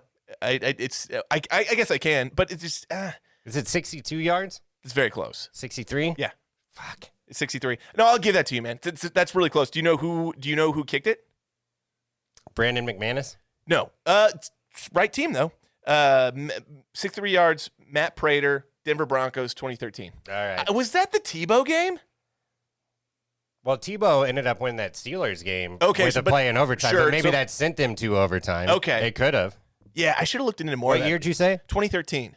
That would have been Tebow time. That would have been around Tebow time. Well, and I was driving back to college. I remember that Tebow game. I stopped at Rumors when it was still Rumors. Now it's a Summit Bar and Grill in Lee Summit. I Yeah. was heading back, and I stopped to watch the end of the game, and Tebow just fucking believe you won won it it. right Yeah, away. you won a I was playoff like, game. well, God fucking damn it. How is he not a backup in the league at all? I I mean, was cheering for the Steelers at that time. That's when the Chiefs sucked. yeah, they were awful. in That was like right 2013. before Andy Reid got around here. 2013 might be his first year. I think Okay, it was. but we didn't make the playoffs the first year, I don't think. Ooh, I think you're right. Or we did, and No, we lost. we I did. don't know. No, I remember this. We did, and we lost. I think this is the year we lost in epic fashion to Andrew Luck and the Indianapolis Colts. God fucking damn it. Up like Yeah. 27 points. Actually, that checks out. Yes, that definitely checks out. But there was he fumbled to himself in the end zone. We were up by 28, and we ended and up we lost. losing. Yeah, and we lost because Jamal Charles got a concussion and had to go out of the game like the Yeah. second quarter, and he was very effective. Oh, yeah.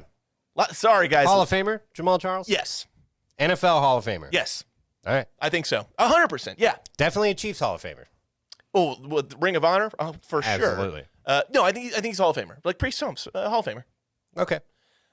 Sorry with all the Chiefs talk if you're not, I'm not. into football. Actually, I'm not sorry. It's NFL playoffs. If you don't like that kind of shit, just don't listen to us. We don't want you. Get out. You can take kind of to your kind around here. Except for you, Romania. Stay around. I Yeah, love you, baby. sorry, Romania. You're probably gonna have a tough time with this sode.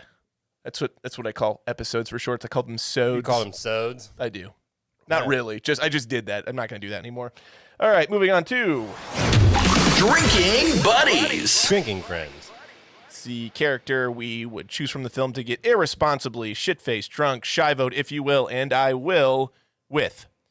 My drinking buddy is Danny Bateman. Nigel's a very close second, but Danny Bateman's my drinking buddy. Okay, so you're going to drink with the unhinged police officer. Fuck yeah, dude. He seems like a blast. So my drinking buddy is Clifford Franklin. It's a good choice. A lot of great choices in this movie. Yeah, a lot of great choices. really can't go wrong. Keanu in this Reeves would movie. be great. Keanu would be great. Gene Hackman would be great. Heck, man. Any of the cheerleaders would be great. John Madden, Pat Summerall, great, great, great. But Clifford Franklin, specifically, he likes to get drunk and sing songs, it seems like. That is true. And that's something that I really enjoy doing myself. Wasn't that weird when they were at an open public bar, but they were all just drinking bottles of shit? Yeah. It's like, what, did you buy the bottle? Like, what are you doing, man? Like, you can't drink from the bottle in a bar. Who played this song? I put on the Commodores. This shit just came on. You were hiding behind the jukebox. Oh, you're the man today, Clifford Oh, you were Franklin. the man today, Clifford Franklin.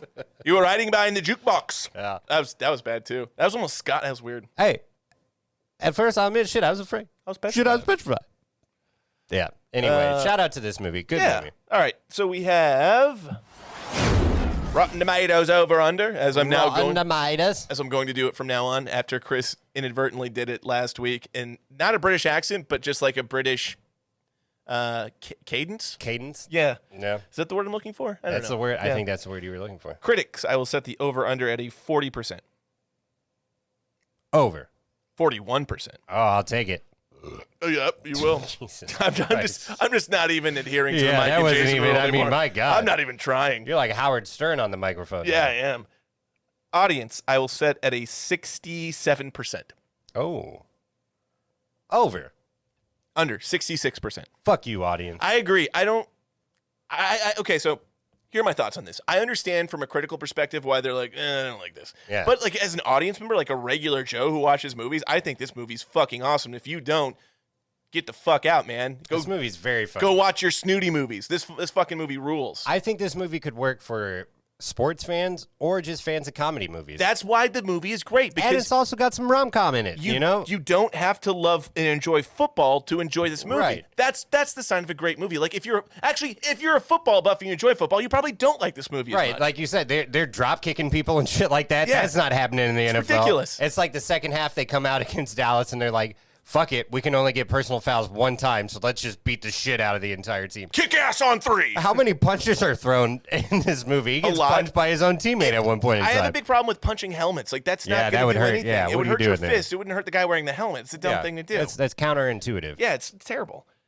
IMDb is a Ooh, I didn't pay enough attention. 6.7? 6.6. 6.6. All right. My Real Buzz ranking, I give this 4.5 out of 5 beers. Yeah, I'll second that. I will say 4.5 out of 5. 4.5 out of 5 beers. Yeah, I could be convinced to go down to 4, but my own personal bias will bump it up half a notch. Nah, I really like this movie. I'm going to give it might be a nostalgia effect for me too because this brings me back to like, Yeah. oh man, I really like this movie. 4 out of 5 beers. The last 4.5 out of 5 beers. The last time I watched this movie before this time, I watched it with my dad. I remember that. So, Oh, yeah, by the it was way. kind of fun. Yeah, I saw that. Yeah. I saw that halfway through, but I didn't want to stop the thing to say. So, there you go. Yeah. All right. Well, anything else from you, Keanu? Do you have anything else you want to talk about? Watch this movie. It is on Amazon Prime to rent for $2.99 in HD. That's a hell of a deal. Keenan, I believe you watched this on Hulu. Is that what? No. No, Sling. So I have Sling Okay. TV, so you can get it on demand with TBS through Sling if you have Sling. Yeah, don't do that. Blue. Too many commercials. But it was too many commercials. $2.99 for HD. Normally HD is $3.99. So go Yeah, on so it was Amazon cheaper. Prime. Yeah. Check this out. Great movie. If you're a fan of football, if you're a fan of comedy, if you're a fan of people flashing their penises. Keanu Reeves, if you're a fan of Keanu Yes, Reeves. exactly. It's a great movie. I highly recommend it if you haven't seen it, or if Warrior you Gainer. or if you have seen it, watch it. I highly recommend watching it again. Yeah, rewatch it. See Watch if you it think again. it aged as well. I think this movie still holds up. Oh, and and that's perfectly. It's great. That's probably the biggest compliment I can give it. Is it holds up? It still made me laugh. It's a little different with today's NFL and the CTE and all that shit, and Yeah. all the sexual things that we've had happen in the NFL. Some of the shit didn't age necessarily well, but in terms of the jokes and all that stuff, I think it's still paced really well. I'm not going to retroactively cancel Yeah, anyone. it's a good movie. That's a ridiculous thing to do. It's a funny movie. And thank you for listening to another edition of Real Buzz Takes. We are the Real Buzz 2. Keenan, take us out. At first, I was afraid. I was petrified. We are the Real Buzz Crew, and we review the best of the worst for you. This concludes our broadcast day. Shouldn't have done that with an accent.